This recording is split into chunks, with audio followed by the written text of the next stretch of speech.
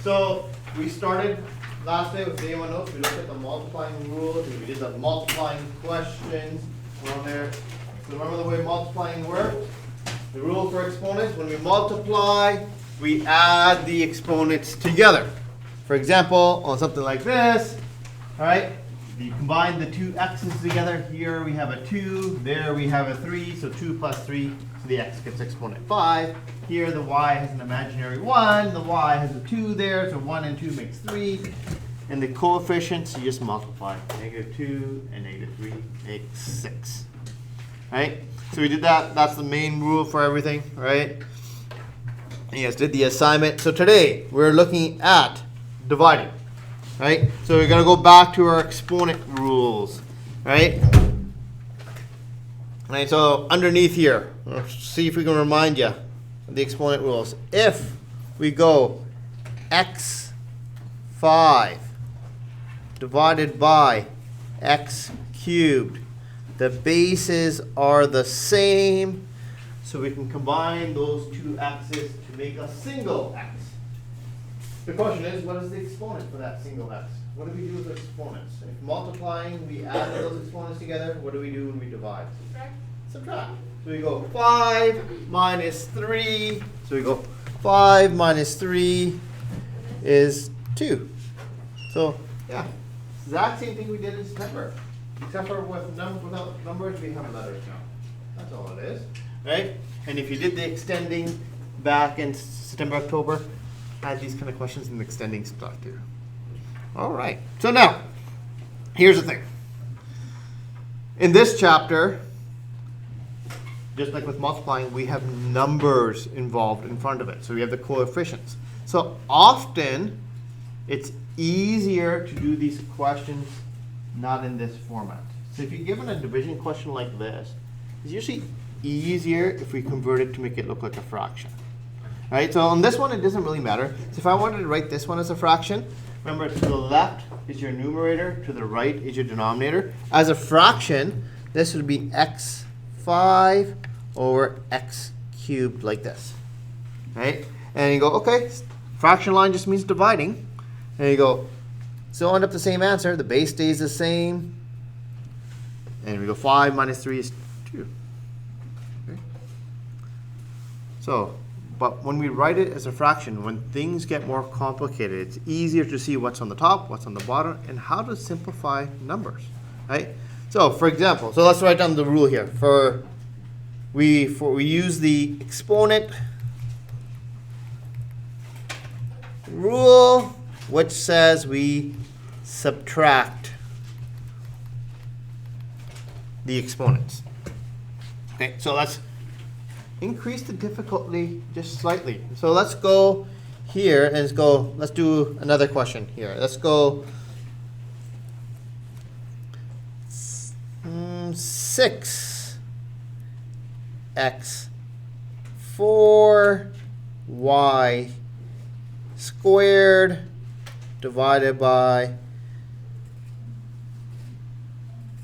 2x squared y. Okay?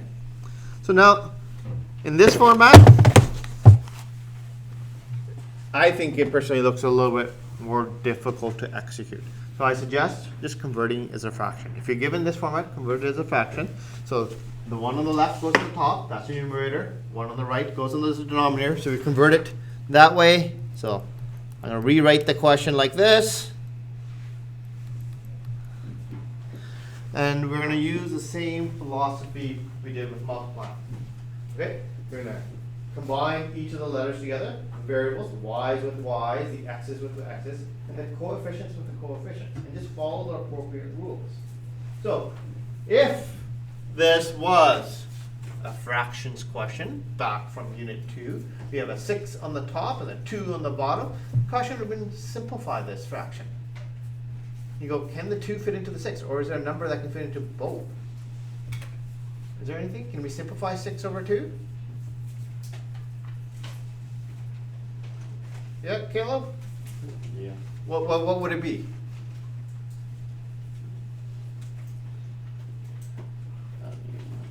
So 2 fits into 6 how many times? 3 times. 3 times. So we can go to 2 fifths and 6 3 times. So that we can cancel those out, right? Remember we did stuff like this, stuff like that, right? They both divide by 2 and stuff like that. So in our final answer, we can say, hey, we're gonna have a 3 on the top, right? Okay.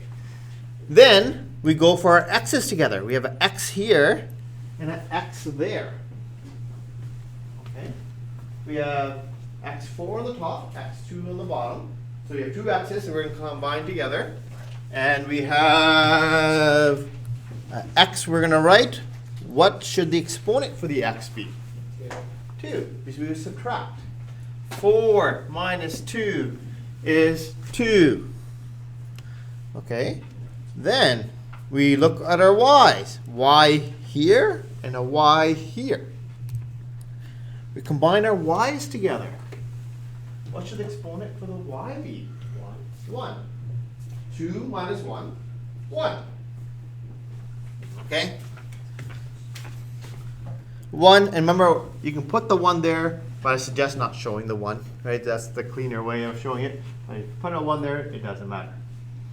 Okay, let's go one more level of trickiness. All right? Let's go 12 x squared y cubed over 8. Let's go x squared y. Okay.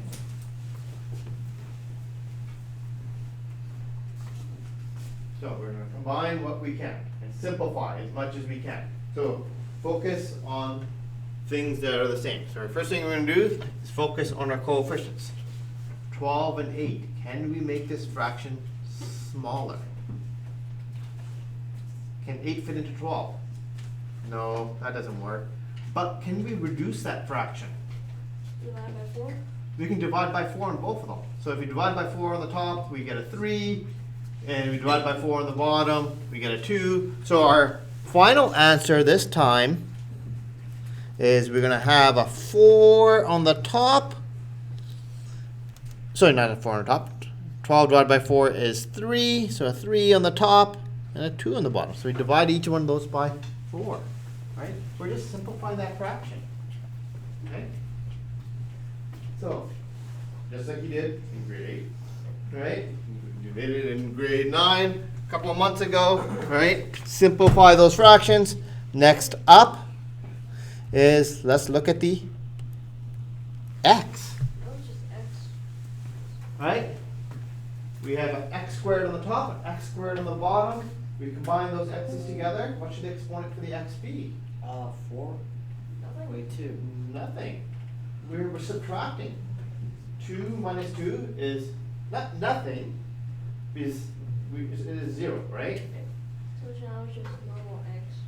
So either we put an x with a 0, but that's not the proper way of showing it. It's not wrong. It just means those x's got canceled each other. So there's no x in our final answer. 2 minus 2 is 0, the x's are gone. Right? There's no x in our final answer. Right? Next up, y's. Okay, we have a y here and a y here. This is y2. It'll be y2. Now, where do we put that y? On the top or on the bottom? Oh. Top, yep. So it's always, for the purposes of grade 9 math, your answers are always going to be on the top. And it sort of makes sense. Right? We have more y's on the top than we do on the bottom. So when we cancel things out, the y's can be left over on the top. Right? When you get into grade 10, there'll be some on the top or maybe some on the bottom. That has to do with negative exponents, but just sort of barely touched about in September and October. Right? It's not really part of grade 9, so I didn't talk about it. Right? So that is your final answer. That's as hard as it gets. That's actually harder than I probably give most kind of questions. If you can do questions like this, that's like 99% of the questions they're going to give you. Right? Okay, and I might throw negative signs and stuff like that on here. But other than that, that's it. So let's look at a couple of these. And do one super hard one with you as well. Okay. Combine the coefficients. We have a 4 and a 2. Smush those coefficients together. Can we simplify that fraction? Yes. Yes. What coefficient do we have? Sam, thank you. 2. All right. 2 fits into 4. So we just have a 2. Right? And it's on the top. Right? Then we have our x here and an x here. What does it become? 2x1, right? Or just x. You don't need to show that 1. That's it. I go washroom. Yeah, go ahead, Tommy. Okay, next one. Coefficient. What's coefficient? Combine those coefficients together. -3. Not -3. Alex. -9. Not -9. What does the fraction line mean? We are dividing the numbers. 2. Negative. Right? 6 divided by 3 is -2. Right? -2. Then we have our x here and an x here. Combine those x's together. Dividing, we subtract. Multiplying, we add. So what should the exponent for the x be? 1. 1. We don't need to show the 1. Next up, combine the y's together. Y3. Y3. Excellent. Okay. It's written like this. Convert it to a fraction. Some of you guys will be able to do it like this. That's not a problem. But at least when we're beginning, I say convert it to a fraction. Right? On the left goes on the top, on the right goes on the bottom, right? Then you can do easier matching, all right? So over here, we go for coefficient. Coefficient here and coefficient here. What's the coefficient in the numerator? If you don't see 1. 1. 1, and 1 we can't make any smaller, so this can't be made any smaller. So in our final answer, that 3 is going to just sit there. It's going to stay there. It's on the bottom, so it's going to stay on the bottom. All right? It can't be made any smaller. All right? Next up, we have our x here and our x here. Those combine. 2. X squared. 3 minus 1. Then we have our y. Does it have anything to combine with? No. No? So it remains unchanged. Right? So it stays the same, but it's still part of the same answer. So that's it. That's our final answer. Right? Okay. The next one might be like sort of like a standing level question for you guys grade 9. I don't think I would do anything that difficult with you guys. It's not that hard, because I think all you guys are capable of doing it. Right? But this is sort of what grade 10 feels like, what's going to happen with the next question. All right. So now we have a fraction divided by a number. And I said in the fractions unit, in this kind of situation, make sure both things are fractions. Then we'll start working.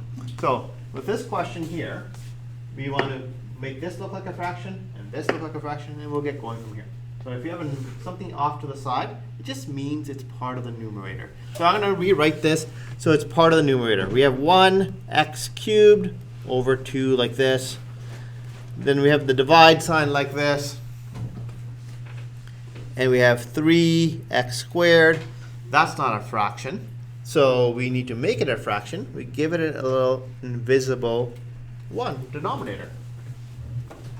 Right? Hopefully you guys have that. So we just rewrote it so both things look like a fraction.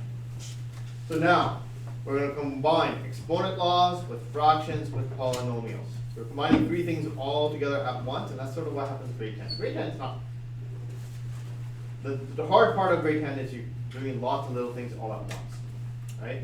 And you got to remember the rules for every little operation. So if we are doing fractions and we're dividing fractions, what is our first step to dividing fractions? Right? forget about the x's. When we're dividing fractions, what do we do first? Right, there was a saying that we did, right? Dot, dot, dot. Keep the book. Keep, flip, flip.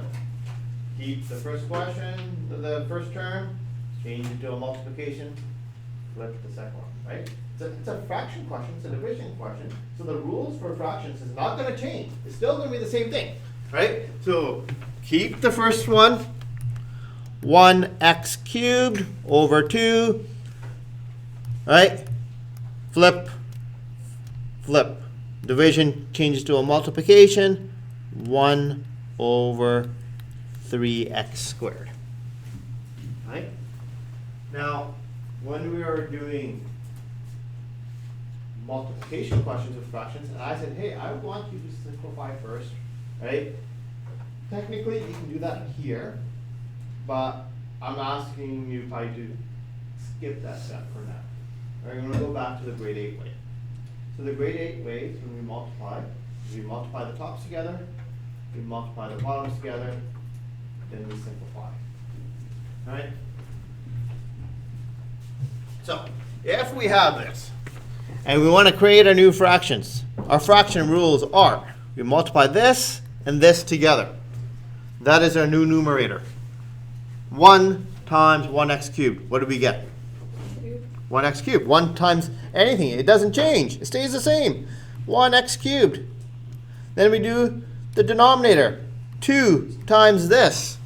What do we get? 6x squared. Right? So now, we've taken it down to a single fraction. Now we simplify top and bottom. Right? We will do, is there any reducing can we do with the coefficient and with the variables? So on the top, we have a 1, so that can't get any smaller. All right? But how about the x's? Can they be combined?